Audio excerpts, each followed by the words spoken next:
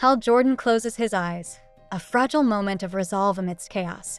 "Be without fear," he whispers, a mantra more desperate than brave. But beneath his closed lids, the black circle flickers, and a voice, cold and relentless, repeats, "Hal Jordan, you must be without fear." Air rasps in his lungs as he opens his eyes again, the desert sun beating down, the empty road stretching endlessly before him. "Without fear. I'm so scared," he confesses to the silence. Then, a sudden flash of lights behind him, the sharp wail of a patrol car slicing the stillness. Hal turns. A sheriff emerges, cautious but wary. "Sir? Excuse me." Seems like an odd place for a Sunday stroll. The sheriff's voice carries authority and suspicion. The sheriff points out the desolation, concerned the man may not last long in the relentless heat. Hal's hand twitches in his jacket pocket. The sheriff notices, tensing as his hand drifts toward his pistol. "What's in your pocket, sir?" he demands. The sweat beads on Hal's brow. His eyes widen, silence stretching but breaking finally under the weight of tension. The black circle returns, an unyielding reminder. The sheriff draws his gun, voice sharp and unyielding. "Lie down." Hands flat on the ground. "Now." Still, Hal resists, gripping tightly. "My name is Hal Jordan.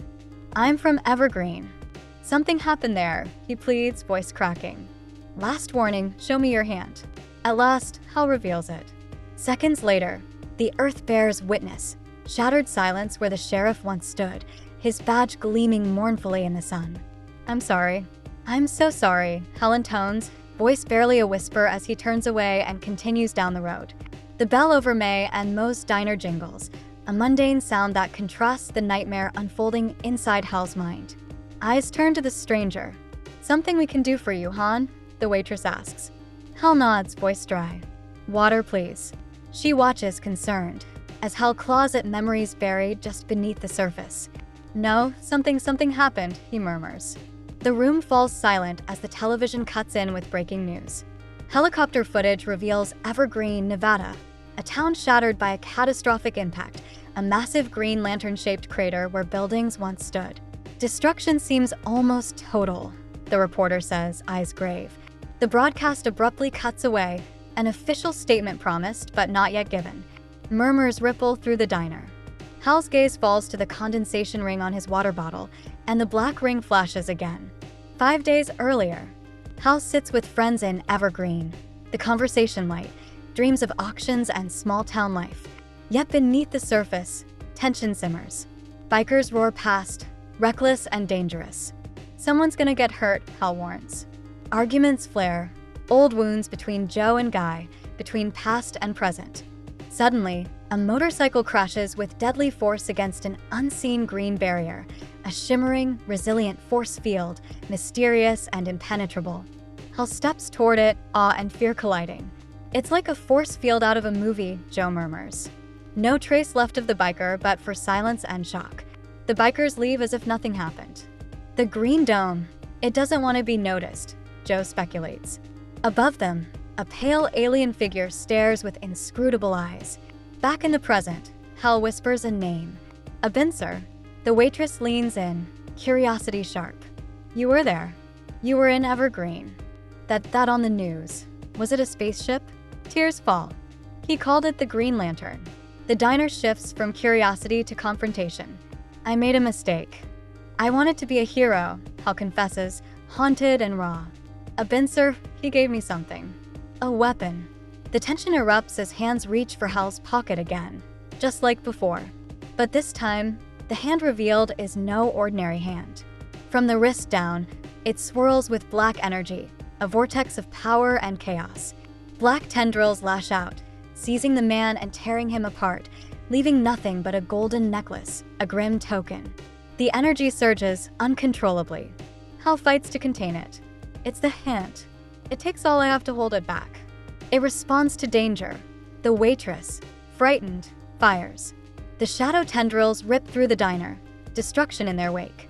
In the aftermath, Hal stands amid the ruin, wounded but alive. The black tendrils reach out, healing him, an eerie symbiosis. "You're not going to let me die, are you?" he whispers to the darkness that has become part of him. The diner door slams open. The bell jingles. Joe steps inside, bathed in an otherworldly green light. The Green Lantern's symbol burns brightly on her chest. The darkness swirls, alive, silent. A voice breaks the void, commanding with cold insistence. Sojourner Mullen, be without fear. You exist at the green level of light. You must have knowledge of yourself to command the flame. You must be without fear, entirely without fear. But then, a voice soft and familiar cuts through the haze. Joe. Hal's words anchor her, a lifeline in the black. Joe's eyes flutter open, revealing a ruined diner, shadows clutching the edges of green light that flows from her skin like fractured veins. Hal Jordan stands near, watching. You look like him. Like Aubin, sir. What did he do to you? Hal's voice is tentative, heavy with questions unspoken. Joe lowers her gaze to her hands. Green cracks spiderwebbing across her skin, light pulsating beneath the surface. I have no idea, she admits. You were there. You know what I do. But this isn't good. Voices echo in my head. Visions pull me here. And somehow, it's you. Joe nods toward Hal's hand, the hand consumed by darkness. What's with your hand, Hal? His eyes darken as he looks downward. The black hand. Don't get too close, Joe. It does things when I'm in danger. Acts like a shield, like it's protecting me. But I'm not sure it's me anymore. A whisper escapes his lips, haunted, tremulous. I can feel it inside, like a dark star burning. He gestures at the carnage around them, the aftermath of a power unleashed beyond control. I tried to hold it back, gave it everything I had. But willpower isn't enough. Hal flexes his hand, the swirling black vortex shifting beneath his skin. We don't know the rules yet. Remember what happened to John? Or Guy? His eyes widen with sudden terror, a memory clawing to the surface. Days earlier, Evergreen's main street gathers around an impossible visitor. The alien stands, still, commanding the air itself. I am Aubin, sir. I have come from the Green Lantern. I exist at the green level of light. Be without fear. Sheriff Guy Gardner steps forward. His voice shakes but carries authority. I'm the law here. You understand laws, right? Aubin Sir studies him, then raises his hand, green light blossoming like wildfire. I have understanding. Judgment will now commence. Guy reaches for his gun. His fingers betray his nerves. Lower your hand.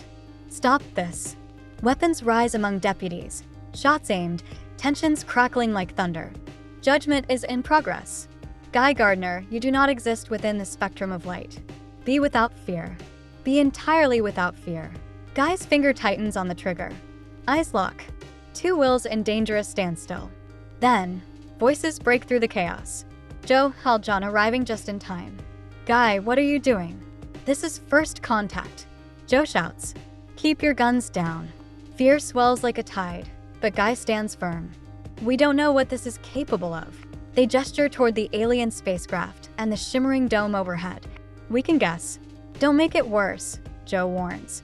Guy hesitates, slowly lowers his pistol, extends his hand.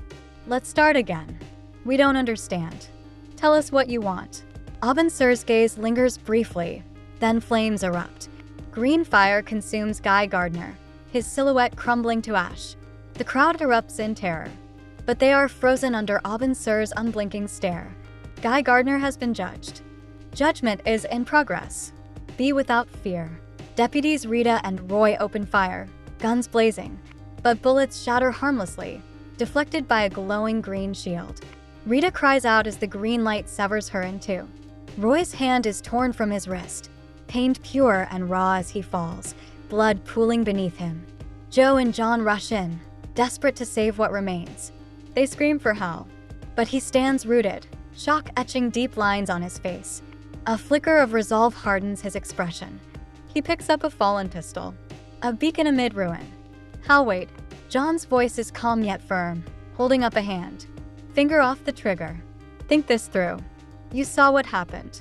Hal breathes, trembling with raw defiance. Get out of the way. John shakes his head softly. It'll kill you.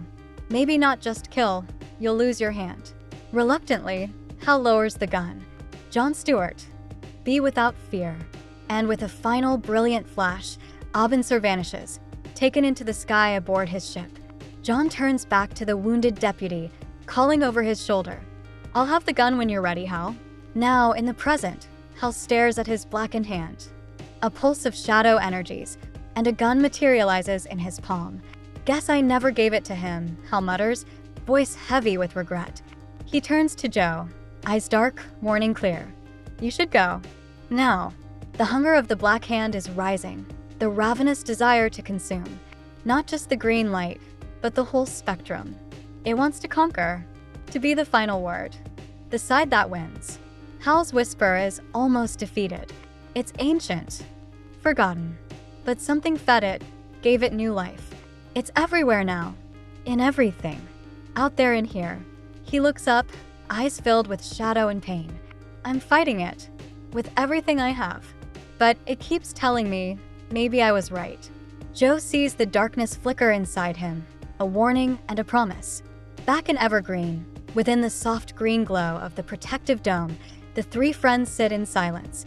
John breaks the quiet, his voice low, resolute. "We can't just wait for salvation. This alien judgment, it's coming. If no one's coming to save us." He reaches into his pocket, pulling out a gleaming gold ring. "Maybe it's time we decide who gets to judge." But beneath it all, the true battle is yet to begin, and none of them know what comes next. In the shadow of the green barrier, John Stewart stands at the edge of the familiar and the unfathomable, the harsh line between Earth and the unknown stretching before him. The air is heavy with heat and the scent of brewing coffee as Todd crosses over, wielding humor, one last defense against uncertainty. Both men's eyes drift toward loss incarnate, vultures feasting where a life ended, a stark warning etched into the town's memory. But supplies will hold for now. The true crisis is not hunger, but isolation, an entire community paralyzed, waiting for rescue that will never come. "They're waiting for the grown-ups," John murmurs, hoping some authority will swoop in and fix this. Behind his voice is hard-earned gravity. The world, it seems, has been orphaned. A van approaches, only to halt and hurry away, its driver blind to the uncanny. John's conclusion is soft yet shattering. We have to assume the shield has an effect. They just don't see it. It breaks the rules, but all rules have become strangers in this new world. John turns, studying the lone earring, the sole remnant to pass through the barrier unscathed. As he tosses it through the wall, a ripple of energy hisses across the divide. Proof that some things, some truths, can pass between worlds, if you know what to look for. "I don't know how, but I'm going to know everything," he promises, and it is the quiet genesis of rebellion. Now, in the present, inside the ruined diner, Joe stands sentinel above Hal, watching as darkness spills from his eyes and the Black Hand trembles, hungry for the green light. Power that once protected now threatens to consume. "Talk to me, Hal," Joe pleads, her voice threaded with hope and warning. But Hal only shakes his head, burdened by the knowledge that his own light is turning against him. "I told you. The Black Hand, it wants your light." His gaze darkens as he raises the pistol, black energy crackling, a predator scenting prey. The shot collides with Joe, her shield flaring brilliant emerald. The power clashes, light against darkness. Joe's will the only bulwark against annihilation. "Hal, stop," she cries, desperation raw as she rallies her defense. The struggle is brutal, but Joe channels every fragment of determination. A colossal green fist forms, surging across the diner and hurling Hal into the barren plains. As dust settles, Joe hovers explosive in the air, a figure forged from defiance and light. "Get your crap under control, Hal, or I swear to God, I'll do it for you," she commands, her strength undisputed, yet never untouched by fear. Hal's awe is a whisper. How are you controlling it?" Not so long ago, at the edge of the barrier, John, Hal, and Joe attempted to solve the riddle. Hal presents a golden toy, an object of memory and insignificance. Together they test its power, the barrier trembling with the attempt but refusing passage. Then John speaks of transformation, alchemy and enlightenment, the philosopher's stone, what gold means when knowledge burns at its center. With a real gold ring, the last token of a grandmother's love, they try again. This time, the barrier yields, a breach, a glimmer of hope that swiftly seals itself. If it were bigger, someone could get out. But even hope here is fleeting. The moment is shattered by Abin-Sur's arrival. Alien judgment falls swift and merciless, green fire consuming John before their eyes. Judgment is in progress. John Stewart has been judged. Grief and fury tear through the survivors, Todd rushing out gun raised, only to be dismissed by Abin-Sur's power. Annihilation deferred, but only for now. In the stunned silence, only loss remains. John got too close. It wouldn't let him, Joe cries.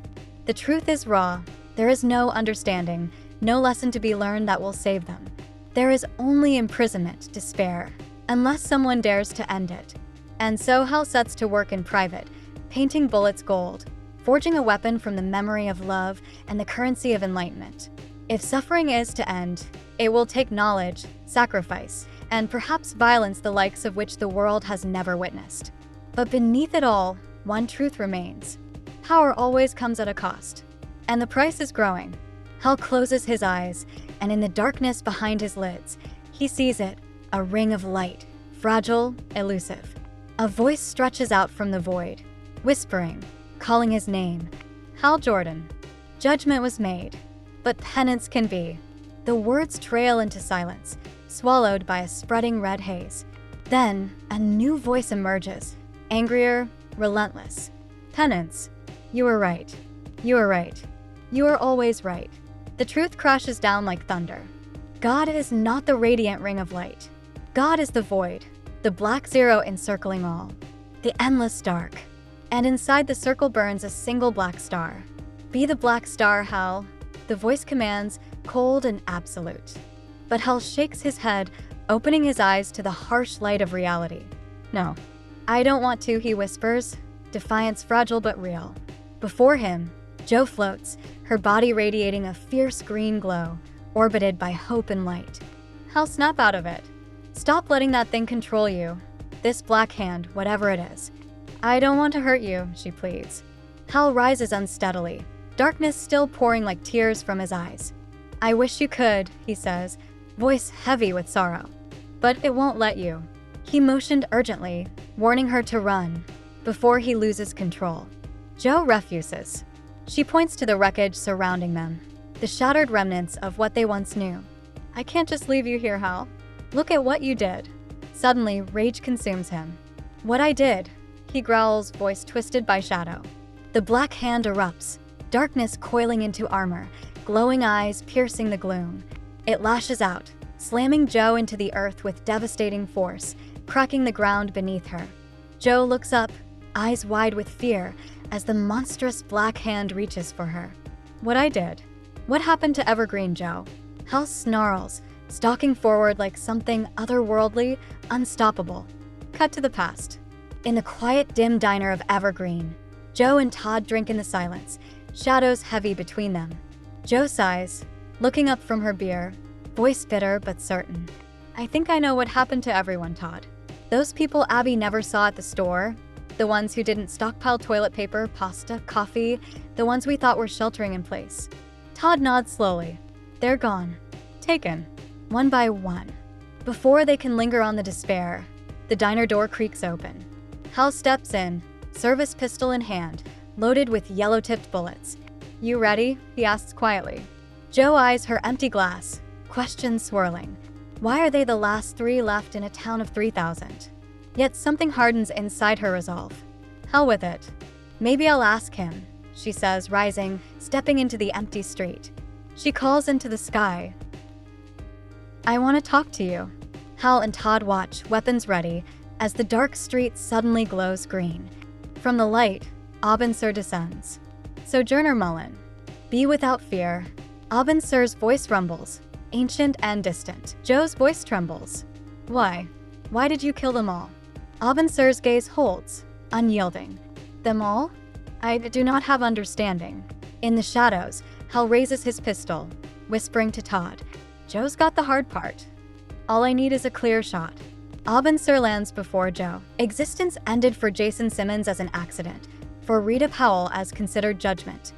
No other existence has ended as action of this Abin-Sur. Jo's shock bursts forth. You murdered John before us. You killed Guy. The whole town. You disintegrated them all. The verdict remains cold. No other existence has ended. She glances to Hal and Todd. Their friends are alive, somehow. Green flames flicker as Abin intensifies his glow. They exist within the Omega Alpha. Judgment remains in progress. A ring of green light encircles him as he raises his arms. Hal lowers his weapon. Todd reaches out, but Hal waves him off. He's talking to her. Maybe this is the end. Maybe we don't need the gold bullets. Joe steps forward, demanding answers about judgment and the second stage. But Abin tone hardens. Be with fear, Sojourner Mullen. Fear Cord. Fear the weaponers of Cord. He ascends, light rippling. Then Joe reaches out. Her gold wedding ring brushes the aura. A crackling spark surges through their connection. Visions flood Joe, worlds alive with deep pink skin, yellow eyes, pulled between light and void, a ring of light, a black star.